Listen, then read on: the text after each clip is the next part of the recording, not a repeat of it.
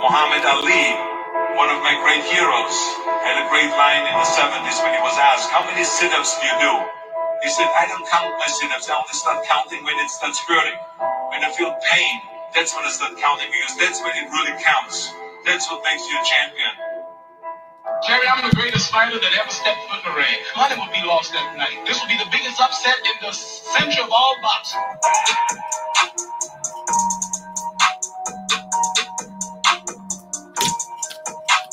Welcome in, everybody. It's episode 4 of Mike on the Mic. I'm your host, obviously, Mike Reeves.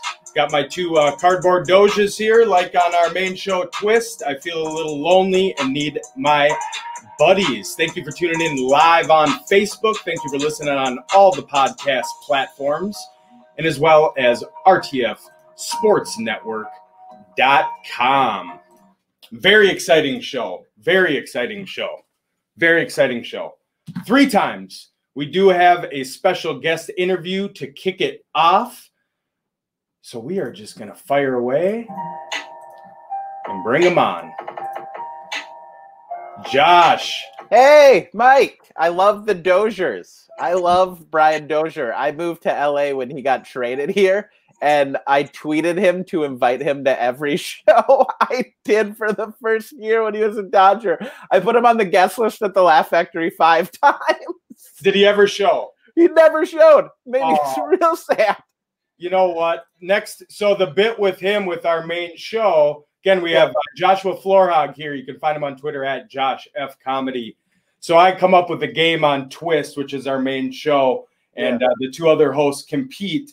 Well, when they can't get it right, point automatically goes to Cardboard Doge. So he's even on Twitter at CBD Doge. Well, he's going on my guest list now when shows reopen here. CB Doge gets to come to games too. Nice. Yeah, they might actually show, unlike the real one. The real Dozier will not show. I will tell you that much. Well, I appreciate you coming on the show. What have you been up to kind of during this COVID crisis? COVID's been weird for me. I actually just got home to LA when everything went down. I happened to be hanging out with Louis Anderson, so I drove him home and stayed there for 3.5 months. Or 2.5 months.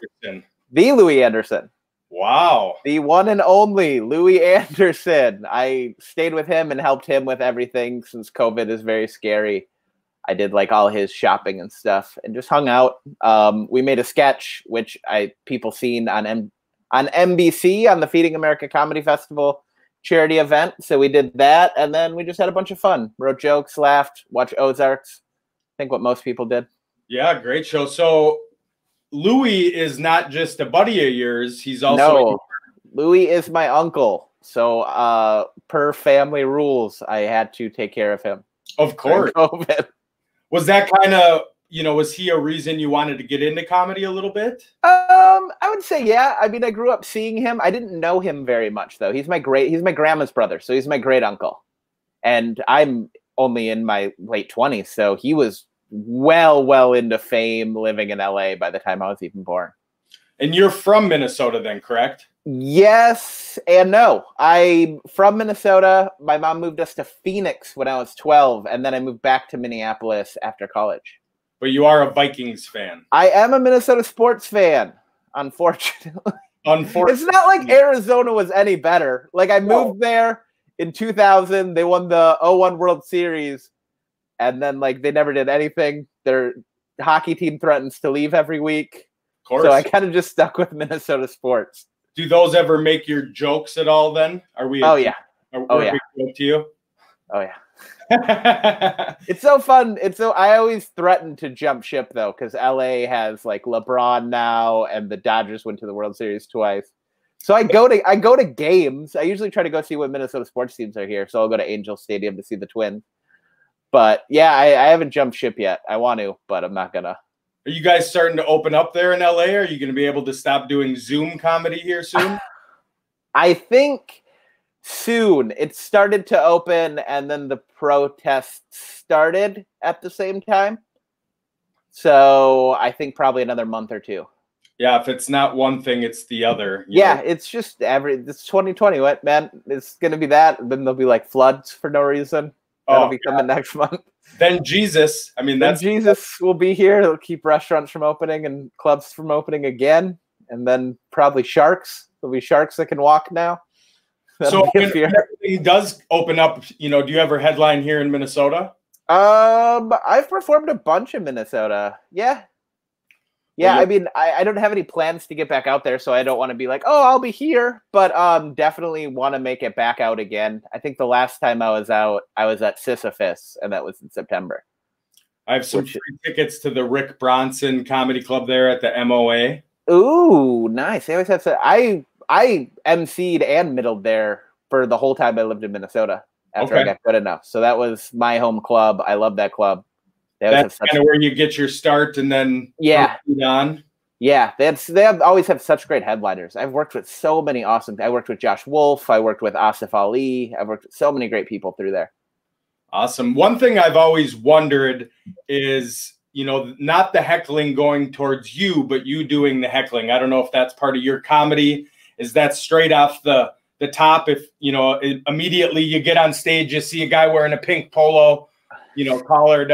Popped up, is he a target or? Yeah, not usually. I mean, I'm a very sensitive, timid guy. If you guys have heard my stand-up, I'm not the toughest guy in the world. But I did once. This is a funny story. I was performing in Milwaukee, and there was a couple in like matching Jordan jumpsuits, and I just walked on stage, and I just looked down, and I was like, what the hell did you do to have to dress exactly the same as your wife, sir? How much trouble can you be in before a divorce to where you're like, you know what? We should wear matching jumpsuits. Oh, that's great. I was watching you on YouTube earlier, and your lisp routine. So you come on and you're like, all right, everybody's going to get wet. And, I was also a cheerleader in high school. My parents had to come into the closet. I had to go into the closet to my parents. That is so sadly true. I remember because I did cheer all through high school. Once at breakfast, my mom just came straight up to me, and she was just like, if you were gay, I would support you, right? I'm just trying to eat Angos. I'm not supposed to get bullied until I get to school, Mom. She was like, no, I'm just letting you know. It'd be cool. Oh, we got to cut. Those were his cousins in Milwaukee. We're a live interactive show. So Greg here, they were wearing Jordan. Greg, I hope they're still together, just matching it up, probably with one of those Facebook pages that are both of theirs. The worst thing would be is if they're wearing matching Jordan jumpsuits, but then wearing Adidas shoes. Oh, I would love that if I saw that. I would make them give me their shoes. Take all that time to do it. And so last one for me, we kind of talked about the real life story with your mom. Is that how most comedy is formed? Just basically making fun of your life? Oh, yeah. I mean, if you don't have any heart behind it, it's not going to be good. It should be real life stuff. You can only make stuff up for so long before. And real life is way funnier than make-believe life. Sure. Do you ever extend it out a little past the truth? Oh, yeah. Yeah. I mean, the story stretches a little bit, but it's all reeled in this really happened. Well, that's great. Well, wrong one here. Hey. So you can find him on Twitter there at Josh F Comedy. Where else can the viewers and listeners find your stand-up? Instagram. I'm on TikTok because I want the kids to think I'm cool. Of course. I'm on everything. Everything is J Florhog Comedy or Josh F Comedy. So it's really easy to find me. Josh F Comedy on every social media platform. Plug me and you'll find me. Well, I appreciate you coming on and spending. Thanks for having me, Mike. It's fun. Yeah, appreciate it. We'll talk to you soon. Yeah. All right, thanks. Awesome. Well, we appreciate Josh coming on. We as in me and the two cardboard Doges. Josh is pissed at the real one because he keeps dogging him. So let's get in to the show here with a little mic'd up where we make a mockery of the sports world. Now, it is a sad time in America right now. And in wrestling, Rob Gronkowski loses the WWE 24/7 title. Yikes. Drew Brees has since been apologized for his comments regarding he wouldn't be happy if players kneel in protest this season. He clearly doesn't think his life matters after a statement like that. Bills quarterback Jake Fromm apologized for using the phrase elite white people in a text message. I'm starting to see a pattern here. Jake, you just made Drew Brees look like he walks on water. Korean baseball is going to allow all fans back into the stadiums. That's exciting times. The trouble is, nobody wants to go. The NBA is returning to action at Disney World. Training camps will have 5-on-5 scrimmages against Mickey, Minnie, Donald, Pluto, and Goofy. And Daisy will be an injury sub. All right, that's all we got for Mic'd Up this week. That's fantastic. Daisy is going to be, that seems a little discriminatory that she's going to, Anyway, let's get into the next one here. My top 5. So Matt Benz, co-host of Twist and host of Benzi's Bit, did his running back fantasy football list this week, and it inspired me. I know a lot of people were watching his show and commenting on how poorly he rated them. So I'm going to give you my top 5, and we'll break down 10 through 6 until Mike on the Mike's top 5. Number 10, little man syndrome, Austin Eckler of the Los Angeles Chargers. Eckler took advantage of Melvin Gordon's holdout last year and had a breakout season. He was very productive as a receiver, almost going for 1,000 yards, 993 yards and 8 touchdowns.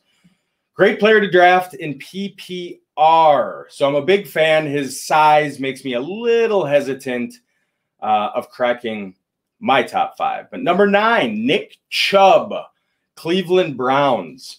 Chubb was one of the few players on the Browns offense who actually did anything. He also had a breakout season, almost rushing for 1,500 yards on 5 yards a carry and 8 touchdowns. The trouble with him cracking the top 5 this year is Kareem Hunt.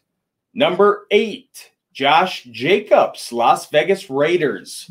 He had a fantastic rookie year, went over 1,000 yards, 1,150 to be exact, and 7 touchdowns in 13 games.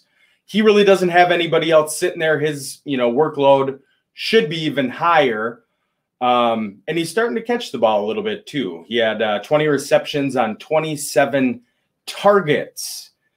Number 7, Green Bay Greg's favorite player of all time, Aaron Jones. Another breakout campaign of 2019 with his first 1,000-yard season as a rusher, in addition to tying for the league lead with 16 rushing touchdowns. He might have cracked the top. Let's be honest. He would have never cracked the He would never be in my top 5. He's a Packer. But they just drafted a second-round running back or bowling ball. So anyway, number 6, Elvin Kamara, New Orleans Saints. Kamara wasn't very productive last year, but he still averaged 4.7 yards per carry and caught 81 passes. He's another PPR guy that's going to do it dually. Expect his total touchdown number to climb back up to double digits, especially on a team like New Orleans. Now here we go.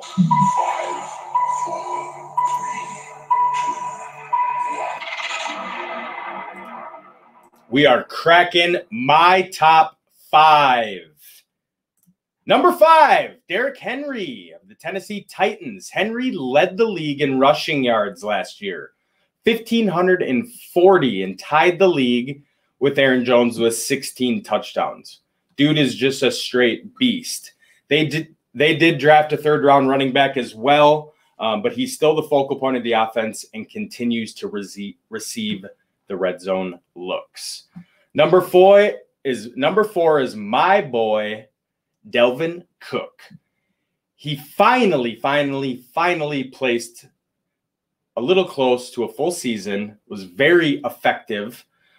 I think if he plays a full season, he'll have a total of 2,000 yards and at least 10-plus touchdowns. Number 3, Ezekiel Elliott. Back-to-back seasons of 300-plus carries and 50-plus receptions. This is your safe pick. Every year he comes in 1,500 plus total yards. He's a lock in that number 3 position. Now, this is where we might get some people freaking out. Number 2, run CMC.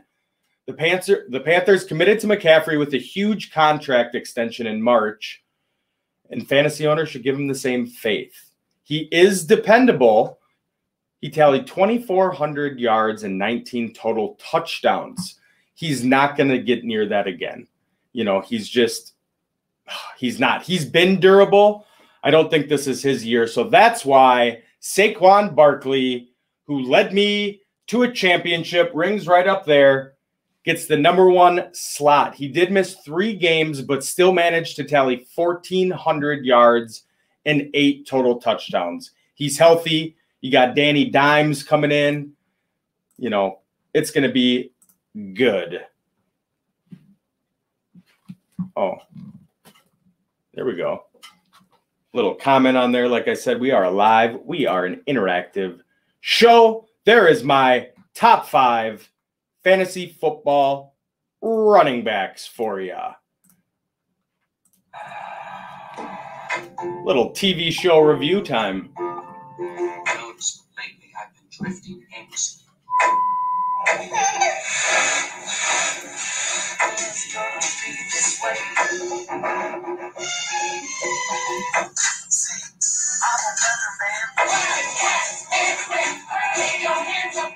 So when you're not watching Mike on the Mic or Twist, you can tune into Netflix for my new TV show review in New Girl.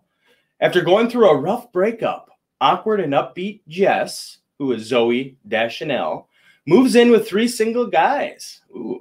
Intelligent, witty Nick is an underachiever who took the bartender off-ramp on his road to success. Schmidt, probably the best dude in the whole show, obsesses over his social standing and looks at Jess as a personal project. And finally, the other roommate, Winston, is a competitive former athlete who, after realizing he is horrible, moves into the loft. So this aired September 20th, 2011, ended in 2018. IMDb score 7.7 out of 10.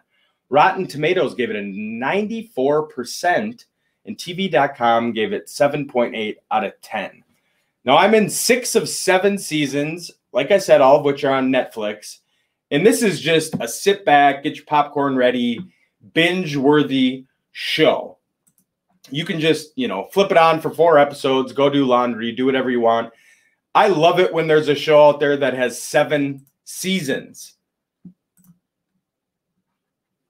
Winnie the Bish is the best. Love the show. Hey, I recognize that guy. He was just on. Thanks, Josh, for that. Yeah, Winnie the Bish is the best. So like I said, I haven't finished it. My score for that, though, is a 9.2. Once I finish it, it'll probably be a 9.5. It's one of the funniest, like I said, just running through them. 7 seasons. Now, this is going to be good. I'm excited for this, guys.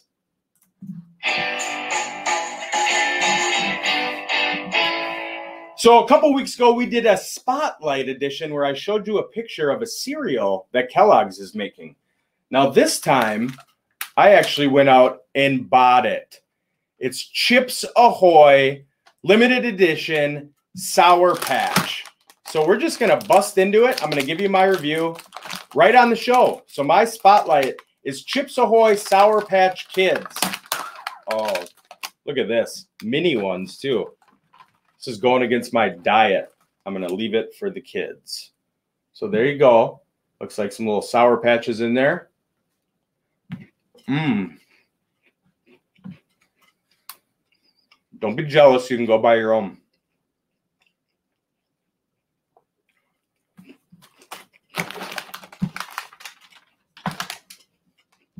That's a damn good cookie. I'm going to end up eating the whole damn box. Shit. I knew I shouldn't have done it. Next week on Spotlight, I'll be showing you another picture. Again, that was the Chips Ahoy Sour Patch Kids.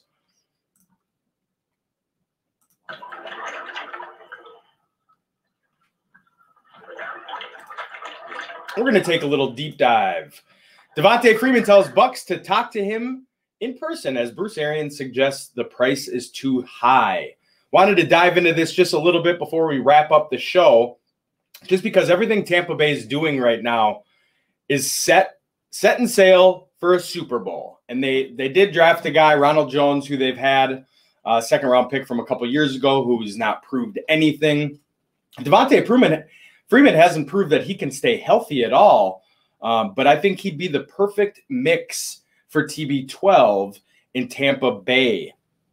He urged the Buccaneers to start negotiations with them. They say they don't have the cap space. He says he wants a lot of money. He was a 1,000-yard rusher in 2015 and 2016 when he became the highest-paid running back in the NFL when he signed a 5-year, $41.25 million extension. Now, I know the shelf life on running backs, isn't as long as it is, but you just got $42 million a few years ago. Now you're sitting at home without a team.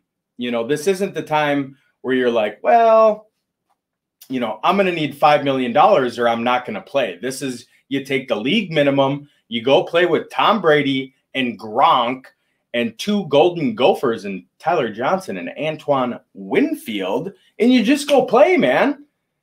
You just go play. You want a ring? I hope you don't, but I'm calling Tampa Bay Buccaneers Minnesota 2.0. They are my second team to watch this year. I'm excited for them. So that was our deep dive on Devonta Freeman and the Tampa Bay, yes, that's right, Tampa Bay Buccaneers. Now, as always, every week, we're going to end with a little random fact, something that you can just take home to the kids, tell your in-laws, new girlfriend at home. That's what you're going to do. You're going to be like, hey, babe, got this sweet random fact. All right, let's figure it out here. What do Miss Piggy and Yoda have in common? This is not a joke. What do Miss Piggy and Yoda have in common? They were both voiced by the same person, puppeteer Frank Oz. Wow. Well, there you are. That's all I got for you. Till next time. We're going to go inside, we're going to go outside, inside and outside. We're going to get them on the run, boys. And once we get them on the run, we're going to keep them on the run. And then we're going to go. And we're not going to stop until we get across that goal line. This is a team they say is good. Well, I think we're better than them. They can't lick us. What do you say, man?